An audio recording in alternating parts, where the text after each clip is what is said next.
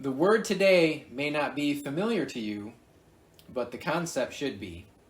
It's found in the Bible, which, by the way, is the greatest leadership, mental fitness, personal development, and instruction manual you can study for living your best life. Hey friends, it's Chad Husted with TeamQuadzilla.com, here to share a mental fitness thought of the day, because we know that healthy living starts between your ears. Honestly, Plankeye isn't even a word. But that doesn't matter anymore, does it? We're making up new words all the time. But Plankeye is the name of a 90s alternative rock band. You should look them up. So anyway, that's the word for today, is Plankeye, and it describes the story Jesus shares in Matthew 7, verse 3 to 5, to address the common issues of judging others. Our natural human ego is pro at pointing out the flaws and mistakes of others, judging and condemning them, figuratively shaking their finger at them, all the while being completely oblivious to our own flaws and mistakes. Or at the very least, excusing and rationalizing them as less severe than someone else's. Have you ever been guilty of this? I know I have. Kind of seems like our culture has turned to guilty until proven innocent instead of the other way around. But we don't have to live this way.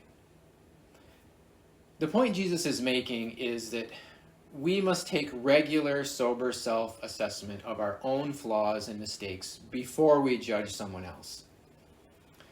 We expect others to have grace with our flaws, and we sure appreciate it when others are patient and merciful to us, right? Well, Jesus is saying that we must address our own flaws first, for this is how we want to be treated. So let's be people who take 100% ownership of our flaws and failures, because we aren't as great as we think we are, and no matter how good we might be, we can always be better, because none of us is perfect. You see, we often judge ourselves by our intentions, but we judge others by their actions. And this is how we often excuse our bad behavior. We say things like, well, that's not what I meant, or you're taking it the wrong way. So let's stop making excuses for our flaws, failures, and mistakes. Let's own our mistakes, make sincere apology wherever needed, and work to grow and be better. So, one more thought about Plankeye. If we're honest with ourselves, we might notice that often the things that we are ready to condemn another person for are quite similar to our own flaws. Think of your pet peeve. Check yourself to be sure that you aren't guilty of the same thing. If so, remove the plank from your own eye so that you can see clearly to help another with the speck of dust in their eye.